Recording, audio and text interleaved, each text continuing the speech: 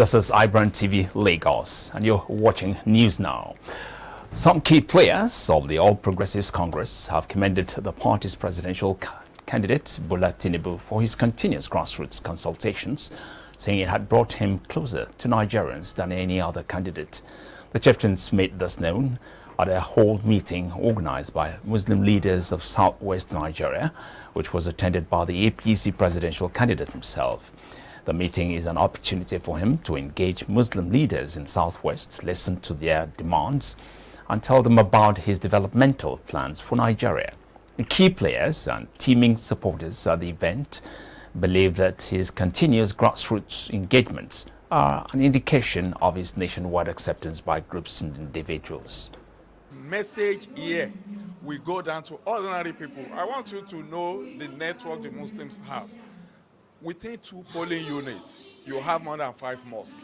Then the question of development, the question of the economy, so the question of schools. I get it. That is what Asiwaju is addressing here today. I can see the crowd is not rented.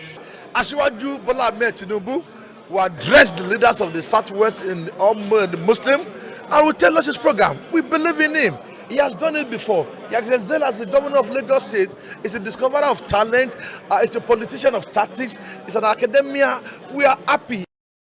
The governorship candidate of the People's Democratic Party in Lagos State, Olajide Adediran, popularly called Jando, has said his administration will return lands taken from the people by previous administrations if elected a governor in 2023. The PDP governorship candidate made this promise on Sunday during his campaign tour of Ward J, Constituency 1 in Etiosa area of the state, and Jandal noted that several forced evictions in the state did not benefit the people and urged residents to put in their efforts to ensure the party's victory in the 2023 elections. Jandal also promised to organize an empowerment scheme that will generate income for women and youths if elected.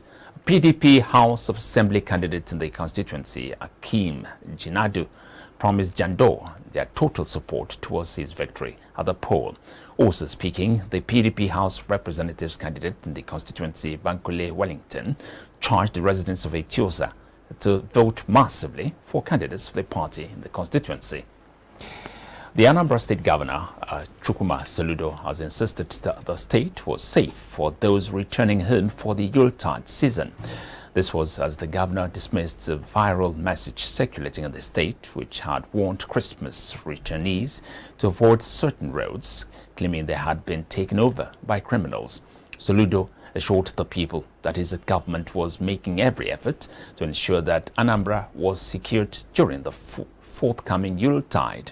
The governor said that besides checkpoints and security patrols, the state was also putting technology and other mechanisms to enable people to report criminals timely for immediate action. These were contained in a press statement by the governor's press secretary, Christian Aburime, on Sunday. He said that the state was leveraging technology to make it possible for people to make distress calls and share messages and videos of incidents that will enhance security response and services. Government on Monday morning launched an attack on the Independent National Electoral Commission office in Owerri, the Imo State capital. Part of the building was damaged after it was torched by a firebomb. The Imo State Police Public Relations Officer, Mike Abatam, who confirmed the incident to our correspondent, said 3 gunmen were killed, while 2 firebombs were recovered from the scene. This is happening 8 days after an INEC office was attacked in the Olu local government area of the state. A suspected hoodlums had similarly torched the commission's offices in Ebonyi, Osun, Ogun states within the past 4 weeks, sparking fears that some people were plotting to derail the conduct of the elections 2023. The Owerri attack, which was carried out around 3 a.m. this morning, was however repelled as 3 of the perpetrators, including their commander, were gunned down.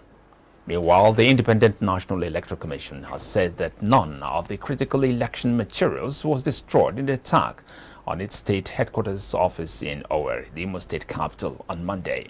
The commission, in a statement by its national commissioner, and Chairman of Information and Voter Card Education Committee Chairman Festus Okoye also confirmed that there were no casualties involving staff of the commission in the incident, which is said occurred at about 3 a.m. Monday.